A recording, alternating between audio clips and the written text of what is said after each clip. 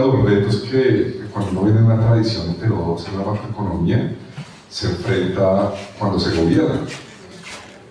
Quizás cuando uno ve estas tradiciones no es tan sencillo llegar a los cargos de la gerencia pública, pero tener un gobierno de orientación progresista lo hizo posible. Entonces he titulado esta charla como los retos de la macroeconomía heterodoxa en la política pública, que uno podría llamar no solo los retos, sino incluso los dones jurídicas en la vida real, otras dimensiones de la realidad.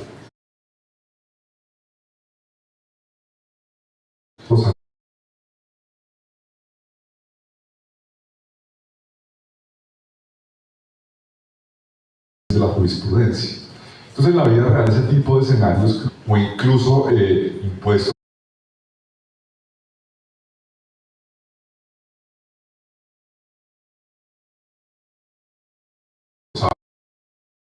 simplemente como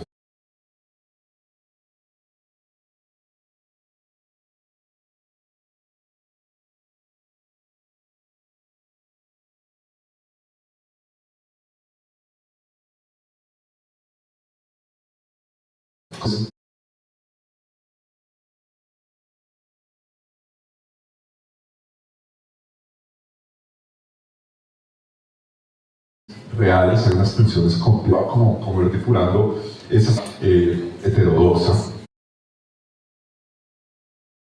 Entonces un poco les voy a centrar en la palabra de riesgo en Estados Unidos.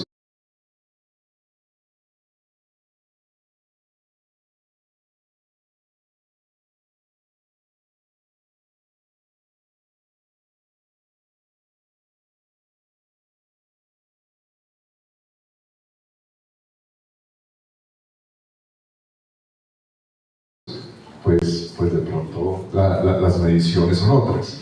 O si usted habla con un inversionista de Wall Street, dice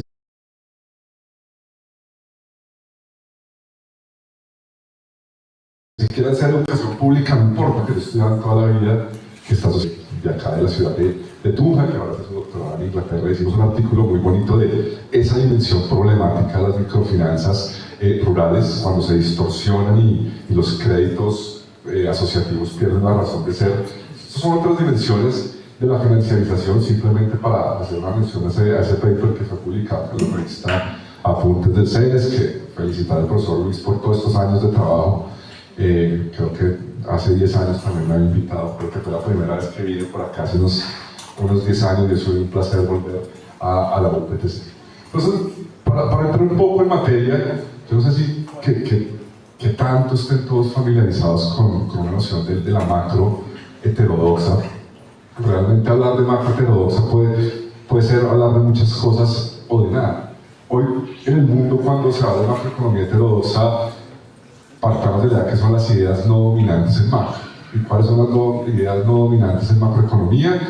Pues la escuela post-keynesiana, la regulación francesa, algunas ideas marxistas. Si uno se va a otro espectro ideológico, uno podría pensar también que en la heterodoxia del mundo libertario también hay heterodoxia, porque no son corrientes dominantes. Pero un poco cuando uno empieza a pensar en la macroeconomía y en las tradiciones de las escuelas post-keynesianas, pues uno se va a un mundo de una macro que empieza a cuestionar de pronto algunos temas que hoy están de moda y que el presidente cuestiona, como la independencia del Banco Central, o uno en la macroeconomía heterodoxa puede cuestionar bastante ser obsesivo con el déficit fiscal. De hecho, yo antes escribía en El Espectador una columna, en algún momento en esa perspectiva de la macro heterodoxa escribí una columna que se llamaba Los déficits que importan.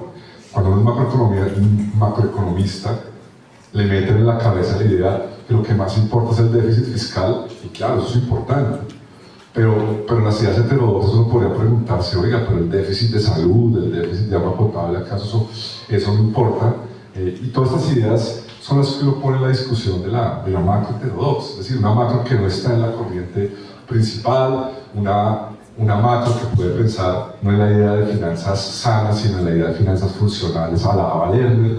Entonces hay unas tradiciones teóricas muy interesantes, de hecho muy consistentes dentro de las tradiciones de la macroeconomía heterodoxa.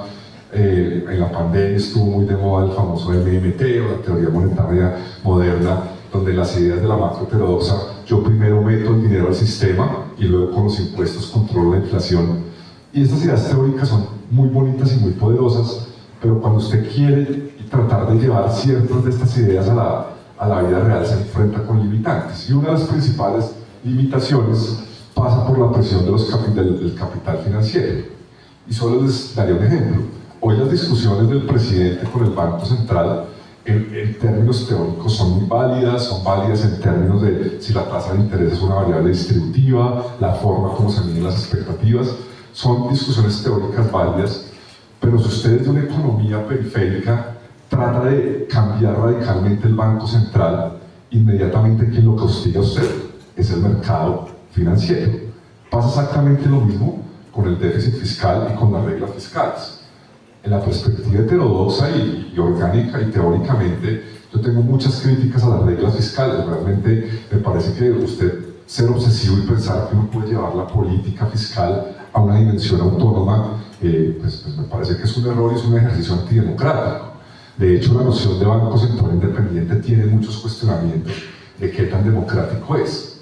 Pero cuando usted desafía este tipo de instituciones desde un país con una moneda no dominante, desde una economía pequeña como la colombiana, pues se enfrenta entonces a esos retos de la presión del capital financiero, que cuando usted rompe el libreto, las consecuencias pueden ser peores. Entonces, quería hacer como un poco esta introducción para ubicarlos en la charla, que va a tener como una línea alrededor de esa presión o esa camisa de fuerza que nos supone la financiarización de la economía, es decir, el mayor auge de roles y motivos financieros y de actores que pone sobre la política pública, y cómo esto termina de una u otra manera restringiendo la política fiscal en Latinoamérica, independientemente si usted es un gobierno de izquierda o de derecha.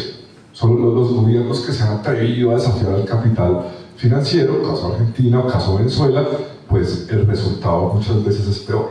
Entonces es una dimensión donde cuando usted quiere implementar políticas heterodoxas, pero está en una moneda débil como el peso colombiano y está en una economía que depende de los flujos de capital, pues inmediatamente tiene que ser mucho más prudente, porque en el momento que usted se desconecta del mercado financiero global, pues básicamente es como una bomba atómica para la economía. Ustedes recordarán, en enero del 2025, el presidente Gustavo Petro tuvo una discusión con el presidente Donald Trump porque a los migrantes irregulares los estaban devolviendo en aviones esposados, y el presidente Petro tuvo una discusión con Trump, y Trump fácilmente un domingo por la tarde dice, pues pondré a Colombia en los países, grupos de medidas de sanción por apoyo al terrorismo, y básicamente eso implica que todos sus bancos quedan congelados en el sistema SWIFT. Inmediatamente ese domingo por la tarde mi teléfono empieza a sonar de todos los presidentes de los bancos del país y dicen, oiga, mañana básicamente el dólar puede saltar de 4.000 pesos a 6.000 o 7.000, todos nuestros bancos corresponsales en Wall Street no van a operar con nosotros porque Colombia va a ser sancionado, básicamente lo que le pasó a Venezuela desde 2017, que queda excluido de las transacciones financieras. Y entonces ahí no hay salida, ahí no es que usted diga, ay, me voy a mover por España, me voy a mover por Inglaterra, no, todas las transacciones financieras pasan por los bancos corresponsales de Estados Unidos. Si usted va a mandar $200.000 a Brasil o a Perú, la transacción se hace en una moneda dominante. Entonces los efectos de tener una moneda dominante, y que es el corazón en la pirámide de las jerarquías monetarias, como lo llama Bruno de Conti de la Universidad de Campinas, pues el peso está por allá en el grado 5 de la pirámide, mientras que el dólar está en la punta de esa pirámide. Y si yo entonces peleo de frente contra las instituciones que representan el capital financiero, pues básicamente lo que hago es un efecto boomerang y afecto mucho más la economía. Ese domingo de enero, por suerte, el presidente entró en razón pasada la medianoche y logró hacerse un acuerdo diplomático, y al otro día los mercados abrieron tranquilamente. Entonces, ese realismo de restricciones no es más que estas restricciones del capital financiero, de la dominancia del dólar en las economías, que si usted quiere implementar políticas heterodoxas, como lo hemos estudiado en la teoría, pues en la práctica tienen esa limitación macrofinanciera de la financiarización, y específicamente lo que hoy la literatura reciente llama la financiarización subordinada, es decir, los papeles de nuestros países Los títulos bonos de Colombia terminan siendo un comodín en los portafolios de los capitales financieros de Wall Street. Entonces, un poquito esta idea muy rápida de la financiarización subordenada, pues básicamente es un patrón en el que estamos bastante dependientes de la vulnerabilidad externa y de la volatilidad de los flujos de capitales, y por otra parte de la estabilidad del tipo de cambio. Entonces, si usted es de un país periférico, trata de implementar radicalmente políticas heterodoxas como un control de capitales o como un préstamo del Banco Central al gobierno, que teóricamente es muy consistente, pues en la dependencia real y en esa dependencia de jerarquías de monedas y dependencia de inversionistas extranjeros, pues al final usted se enfrenta también a un ataque a su tasa de cambio. Entonces se vuelven unos escenarios muy difíciles para gobernar, o en el caso que usted no quiera hacer un ajuste fiscal, que fue mi discusión con Gustavo Petro para no seguir en el gobierno, pues usted lo que se va a enfrentar es altas tasas de interés. Entonces, hoy un poco por tener recursos y financiar el funcionamiento del Estado sin enviar señales de ajuste, pues lo que tenemos son unas altas tasas del capital financiero. Hace un año las tasas de los test de Colombia eran 10%, hoy rondan el 14%, y un poco uno se pregunta, ¿qué es más neoliberal? ¿Hacer un ajuste o pagarle altas tasas de interés a Wall Street? Para mí, en la concepción heterodoxa, ser neoliberal, el neoliberalismo es el capitalismo guiado por las finanzas, es la definición de Domenech y Levy de la Escuela de la Regulación Francesa. Neoliberalismo, cuando usted piensa en privatización, Estado pequeño, al final es tener un Estado funcional al pago del servicio de la deuda, es decir, un capitalismo guiado por las finanzas.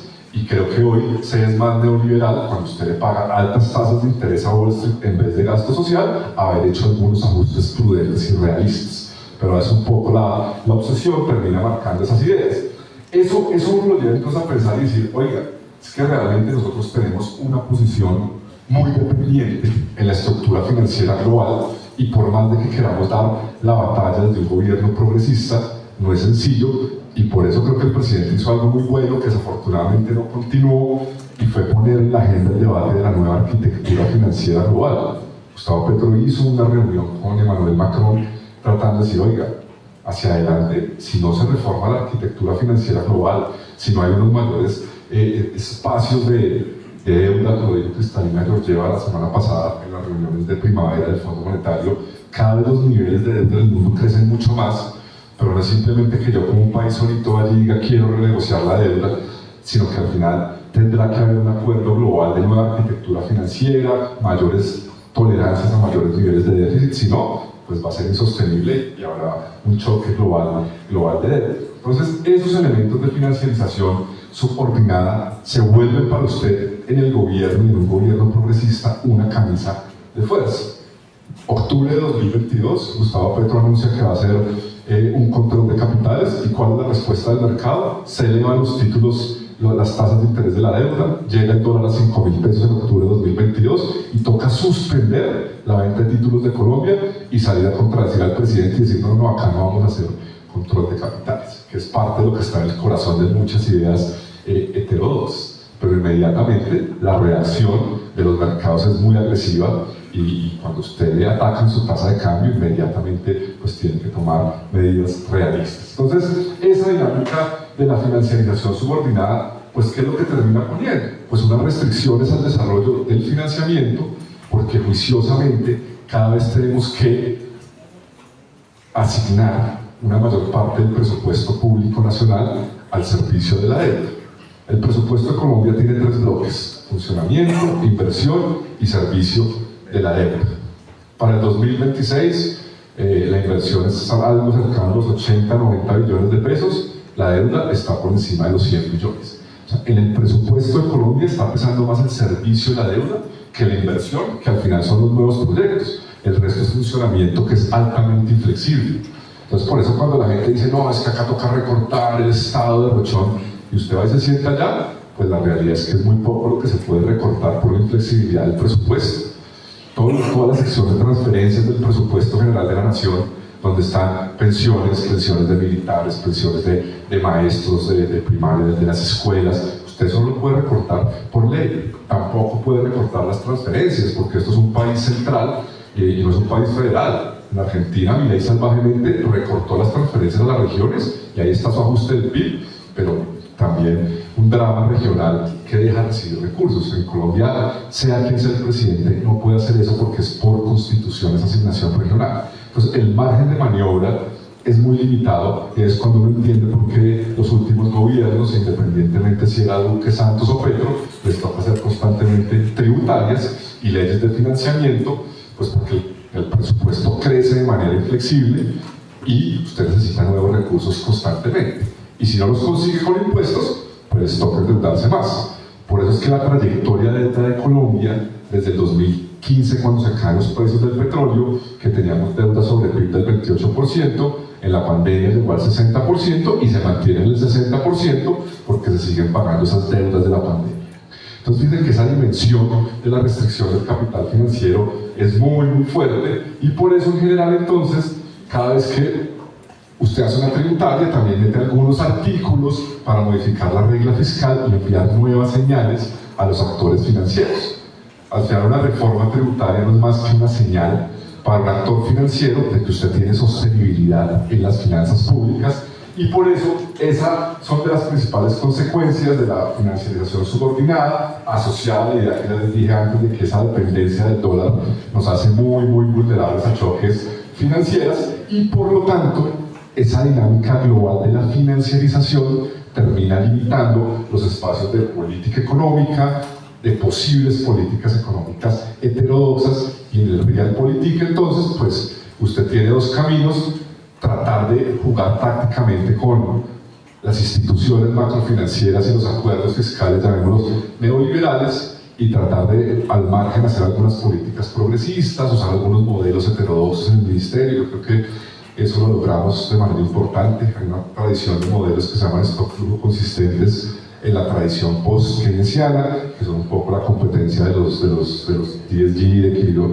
dinámico estocástico, y que al final es tener pluralidad de herramientas, y esos son pequeños avances en términos de herramientas de política heterodoxa importante. Pero en términos del relacionamiento macrofinanciero global, usted tiene dos caminos: o ser la izquierda carnívora o ser la izquierda vegetariana. ¿Y eso qué quiere decir? Pues ser la izquierda vegetariana es un poco Lula, un poco lo que hizo Boris o Gustavo Petro en su primera parte, y es: yo respeto las instituciones macrofinancieras, trato de hacer algunos recortes, como lo hizo Petro en el 24, que tuvo que hacer un ajuste presupuestal de 20 billones para tratar de mantener controlados los mercados. Ese es el mundo tradicional de la izquierda vegetariana, que hace política social, cree en la educación pública, cree en la salud pública, pero respeta la institucionalidad macrofinanciera global. O por otro lado, pues usted se va al terreno de la izquierda carnívora, y es retar el pago de la deuda, retar estas instituciones, como un poco lo hizo Argentina, como un poco lo hizo Venezuela, que mientras hubo boom de commodities funcionó, pero cuando se acabó el boom de commodities, pues el desorden macro es mucho más dramático. Entonces uno se enfrenta a ese tipo de restricciones de la realpolitik, y eso no necesariamente usted lo hace neoliberal, sino cómo usted juega de manera táctica con la realpolitik, que creo que es lo más importante, pero sin dejar de lado y haciendo una reflexión como académico, que por supuesto esa estructura del capital financiero global limita la autonomía que usted tiene como país en términos de sus asignaciones de gasto, porque si no, pues le puede ir peor, y esa es la realidad. Entonces, en general, digamos, ese contexto de la política fiscal en América Latina, pues hay unos desafíos muy persistentes que pasan por esas restricciones. Yo no quiero entrar, digamos, como al debate tributario puntualmente, pero pues muchas veces entonces terminamos en unos bajos niveles de inversión pública, un gasto social que se vuelve muy focalizado, que se desconecta del enfoque de derechos, y esas son las consecuencias entonces de esas restricciones de la macroeconomía en la vida real, y el no poder implementar alternativas mucho más heterodoxas ante el castigo de los mercados financieros. Quizás si estuviéramos en Estados Unidos otro sería el debate, porque en Estados Unidos yo literalmente sí puedo sacar dólares de la nada para financiar el gasto público porque tengo la moneda dominante. Entonces quizás uno de los temas que a mí más me apasiona hoy en día es la jerarquía de las monedas, porque determina bastante el rumbo de las políticas macroeconómicas. O sea, usted va con un billete de 10.000 pesos de Colombia a Ecuador o a Perú y seguramente no logra nada. En cambio, usted va con un billete de $100, puede ir a Irak, puede ir a Irán, puede ir a cualquier lugar, y tiene poder de medio de cambio global y ahí radica el poder de Estados Unidos y la defensa militar de una moneda como institución, que al final es la defensa de la arquitectura financiera global. Entonces, de un país pequeño es ingenuo pensar que uno con la macro heterodoxa va a hacer grandes cambios cuando está limitado. Tampoco eso quiere decir que uno no pueda hacer nada. Claro, uno puede empezar a usar modelos alternativos, uno puede tratar de fomentar la banca pública de desarrollo, que me parece importante, uno puede tratar de resignificar la informalidad con las ideas de economía popular, y quizás esos también son espacios de economía heterodoxa, pero mucho más en lo micro y en lo aplicado. En la macro es mucho más compleja la restricción de ese realismo, sin decir que la macro heterodoxa está mal, pero mientras estemos en una dominancia monetaria del dólar es muchísimo más complejo. Entonces, hoy, ¿qué viene pasando? Pongámosle que en el primer lustro de esta década, la crisis del COVID-19 lo que generó fue un gran nivel de endeudamiento de muchos de los países de la región. Claramente la crisis del COVID hace parte de la dinámica política que hace que Gustavo Petro sea presidente, que Lula vuelva a ser presidente, que Boric haya sido presidente en Chile, pero resulta que ha sido una nueva ola de gobiernos progresistas que pareciera estar terminando en los países, en otros no lo sabemos, pero que ya no tienen el boom de materias primas de la primera parte de la ola de gobiernos progresistas, donde algunos pudieron intentar una política heterodoxa un poquito más amplia, de una manera más amplia, pero porque tenía flujo de dólares a través de la exportación de materias primas. Y eso permitía amortizar o arriesgar un poco más, como dijo Néstor Kirchner en el 2003, hay vida después del FMI. Pues claro que hay vida después del FMI si yo tengo flujo de divisas para soya, comprando petróleo, carbón. Pero el día que yo pierdo el flujo de dólares, pues lo que terminan haciendo los países es agachando la cabeza al Fondo Monetario para que le den a usted un crédito de última instancia cuando tiene problemas de liquidez en la caja. Entonces, estas restricciones post-pandemia, pues lo que ha pasado hoy, como decía el profesor Jorge Iván González, es que hoy, 5 años después de la pandemia, o 6 años después de la pandemia, todavía tenemos una pandemia fiscal, porque si bien en la cotidianidad no tenemos pandemia claramente, en términos fiscales, las deudas de la pandemia han marcado todo este gobierno. La deuda del crédito flexible del Fondo Monetario, las deudas de haber congelado la gasolina, y esos elementos se acumulan, son deudas que hay que pagar y que le restan nuestro espacio de política, y ese escenario político es el que lleva al presidente a no tener regla fiscal y endeudarse más para tratar de tener un espacio político, pero que en el futuro van a generar un ajuste muy fuerte y nuevas tributarias, volviendo al ciclo eterno que tenemos, pero con una mayor vulnerabilidad externa. O sea, hoy, si hay una crisis brutal en el estrecho de Hormuz y por alguna razón se cierran los mercados, existen posibles escenarios de default para Colombia que uno nunca hubiera pensado. ¿Y por qué pueden existir? Porque gran parte de la deuda que yo tomo como país la uso para pagar nueva deuda. ¿Sí? Yo pago deuda pasada, tomo nueva deuda presente para pagar deuda pasada, y uno se mantiene en ese ejercicio, pero si algún día no me prestan, sobre todo las deudas en dólares, uno se enfrenta a serios problemas macroeconómicos. Entonces, ese escenario de la pandemia, no solo en Colombia, sino en Latinoamérica y en el sur global, lo que ha generado es un mayor nivel de endeudamiento de los países y que se vuelve una mayor presión de la deuda. Pasa en África, pasa en Sudeste Asiático, y es de esas restricciones macrofinancieras. Entonces, claro, cuando uno ve un poco, digamos, un gráfico de este tipo, donde uno ve por un lado en verdecito los ingresos y por otro lado el gasto, pues realmente lo que uno ve es que en la pandemia el gasto supera con creces los ingresos. Después de la pandemia caen dramáticamente los ingresos porque simplemente tengo un pico de reactivación de impuestos en el 2022 y 2023. Si yo en el 2022 crecí el 7%, pues obviamente en el 2023 iba a tener un gran recaudo independientemente de quien fuera director de la DIAN, sino que eso puntualmente tiene que ver con el efecto del ciclo. Pero eso iba a ser insostenible mantener ese nivel de recaudo, mientras que el nivel de gasto se mantiene alto, y no porque el gobierno despilfarre, sino porque el SGP creció. El SGP crece con el promedio de ingresos corrientes de la nación de los últimos 4 años, tocó pagar los déficits con Ecopetrol del subsidio a la gasolina, que hoy ya no existe, pero el subsidio al diésel sí. Habrá que ver quién se va a dar la pelea de eliminar esos subsidios, que usted al final lo que termina es financiando camiones, y no solo los camioneros digamos, pequeños, sino a las grandes compañías de transporte comercial, de transporte de hidrocarburos. Hoy tienen un diésel barato, pero que es un diésel a costa de que son la diferencia entre los 11.000 pesos o 10.000 pesos de un galón de diésel y los 15.000 que valen, son 5.000 pesos que yo no puedo asignar o a la educación pública o a otro tipo de actores. Entonces ese desbalance se ha vuelto muy, muy complejo y sostenible, y sea quien sea el presidente de Colombia, tendrá que afrontar ese desbalance, y desafortunadamente no va a poder ser con las políticas heterodoxas por las razones que ya les dije antes.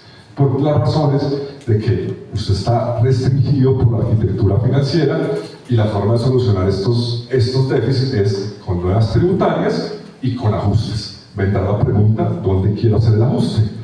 ¿Querré hacer el ajuste en los sectores sociales, en la educación pública, o tendré margen de hacer el ajuste en otros sectores con las peleas jurídicas que eso implica?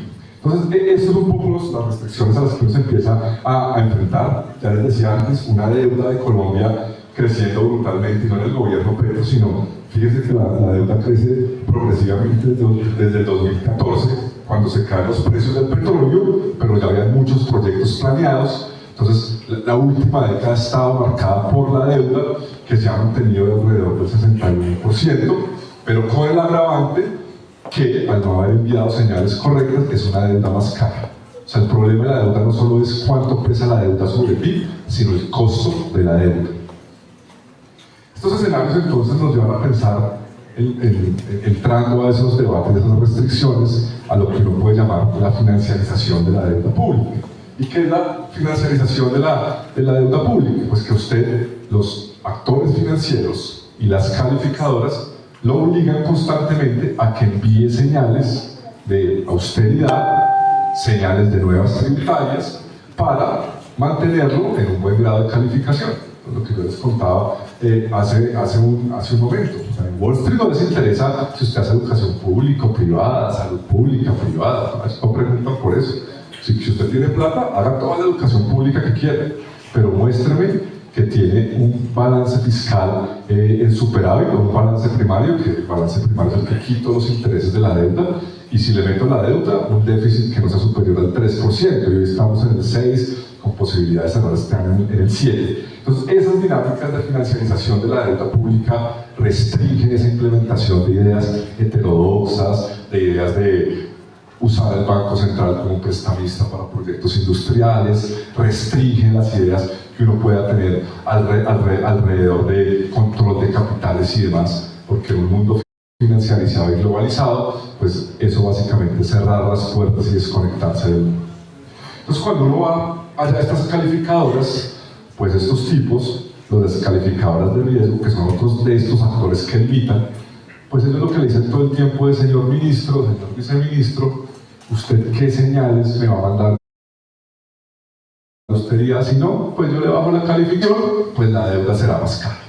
Entonces, pues usted tiene dos caminos: o sacar su bandera rebelde y pelear en el aire, o ser pragmático, para decir, bueno, tratemos de que esto no dispare la deuda, porque al final es menos plata social, entonces toca ponerse el traje neoliberal y ir a jugar el juego de Wall Street, porque si no, usted juega por fuera de ese marco de la arquitectura financiera y las consecuencias pueden ser peores. Entonces hay tres calificadoras importantes, acá hay unos ejemplos, no lo pueden ver bien, pero como un poco las dinámicas que usted tiene cuando se reúne con las calificadoras del riesgo en Nueva York. Y ellos al final lo que usted tiene es que ir a mostrarles señales de cómo va a organizar sus finanzas. Y usted le manda señales, le mantiene la calificación. Eso relativamente lo logramos hasta que estuvimos en el gobierno. Ya después el presidente toma, digamos, una orientación un poco más radical respecto al manejo de la deuda, lo cual ha implicado recientemente un downgrade o bajar la calificación crediticia de Colombia, que lo que hace es tener deuda más cara. Entonces uno se enfrenta a esa contradicción. Cuando uno tiene una formación progresista, cuando usted ha tenido unas convicciones profundamente de la izquierda política y en la heterodoxia económica de la academia, pero tiene que enfrentarse a esas realidades, pues eso lleva a un ejercicio de pragmatismo y responsabilidad con la gente, porque si no, la radicalización de la macroeconomía puede llevar a peores condiciones de vida para todos cuando no se hace de una manera ordenada y coordinada con la arquitectura financiera global. Entonces, Pues, ¿qué es lo que estos tipos le piden a usted todo el tiempo? Que cumpla la regla fiscal, no importa si a usted le toca recortar profesores o poner a que los profesores no dicten 4 cursos sino 7, no importa si usted tiene que recortar gasto público, cúmplame las reglas. O sea, son unas señales imbatibles.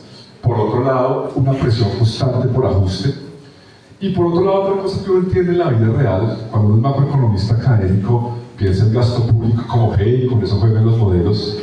Pero en la vida real una cosa es el gasto público que yo presupuesto y otra cosa es el gasto efectivo que puedo hacer con lo que a mí me llega a la caja. Yo pude presupuestar una tributaria a 20 millones y con eso hago un presupuesto. Pero si al final me llegan 10 porque los financieros me hacen trampa, se deslocalizan, pues la realidad es que la caja es la que manda y las empresas se quiebran por caja y hoy los retos de la economía colombiana están asociados a la caja. Entonces uno a veces en los modelos macro piensa el gasto público simplemente como G, pero pensar que una cosa es el gasto que yo presupueste, yo puedo decir, le va a dar más plata a la educación, lo pongo en el presupuesto, pero al siguiente año cuando empiezo a ver la caja, digo, uy, pues yo le había puesto 20 billones, los profesores llegaron 10, pues toca primero pagar los sueldos de los profesores y que el laboratorio o el edificio espere. Y esa es la dinámica real del gasto público, de las restricciones. Entonces hay una obsesión muy brutal por balance primario y muchas veces una incomprensión de las realidades locales por parte de los actores financieros. Eso lleva entonces un poco a lo que ya les he hablado, de que esa restricción externa de las finanzas hace bastante difícil y limita las posibilidades de la macro heterodoxa, sin decir que no tenga sentido estudiarla. Creo que tiene mucho sentido porque permite tener una visión crítica de la arquitectura real de hoy en día, porque permite ir ganando pequeñas conquistas o con algunos modelos heterodoxos, permite dar las discusiones de manera técnica alrededor del salario mínimo. Yo con Leonardo Villar tuve una gran relación en el Banco de la República en la Junta. Y yo le decía, Leonardo, yo creo que acá hay que revisar el patacón, que es el DSG que tiene el banco, porque después de la pandemia hay cosas extrañas que están pasando. O sea, acá en Colombia subió el salario mínimo 10%, Duque lo subió 10%, luego Petro lo lleva subiendo 4 años 10%, y la inflación baja y el desempleo no se dispara. ¿Qué ha pasado estos 5 años? Y creo que es parte, digamos, del debate sano, sacando un poco ya de lado la visión un poco más confrontacional reciente que se ha dado en el Banco de la República. Pero creo que hoy la macro heterodoxa da herramientas de decir, oiga, busquemos nuevos modelos. No, el único modelo real no es el DSG del banco. Y pongámonos a estudiar por qué la economía colombiana, a pesar de que se aumentó el salario mínimo 4 años seguidos 10%, por qué la inflación estuvo bajando y por qué no se disparó el desempleo. Creo que son los debates académicos que uno debe dar, un poco retar estas ideas neoclásicas del Nairu y demás, que creo que vale la pena un debate académico, pero sí creo que debe ser institucional y respetuoso todo el tiempo, porque a la luz al final de nada sirve dar estos debates, porque esa institucionalidad depende mucho, como ya lo dije, de la jerarquía monetaria, la dominancia del dólar, de la dolarización de la deuda y de los riesgos que uno sufre. Esto entonces, ¿qué termina generando y cuál es el debate al final que esto suscita? Y como ya para abrir un espacio para las preguntas, habrá que preguntarnos si esa dinámica de arquitectura financiera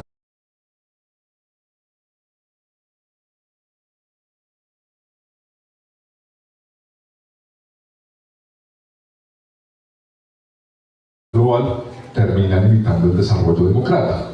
Y la respuesta fiscal cada vez presión de bolsas. Y un ejemplo de esto es el caso de Grecia en 2015, cuando hay un referendo para renegociar la deuda y la población dice no paguemos, estamos dispuestos, pero pues cuando llevan esos resultados del referendo alemán en la troika les dicen, hermano, esto no es de democracia, esto es el pago juicioso de la deuda y del respeto a la institucionalidad global. Entonces, hoy por hoy la financiarización de la economía, la obsesión de las reglas fiscales, de hecho algunos colegas muy ortodoxos creen que la política fiscal también debería ser independiente, que los miembros del Comité Autónomo de la Regla Fiscal deberían tener voz y voto en el CONFIS del país y llevar la política fiscal a un nivel de independencia como es lo de la política monetaria. Creo que se genera una discusión sobre el desarrollo democrático en los países y en general el desarrollo de las instituciones macrofinancieras que limitan los desarrollos de la macroeconomía heterodoxa en la vida real. Entonces esto es un poco lo que les quería contar para que abramos espacio para las preguntas. Muchas gracias.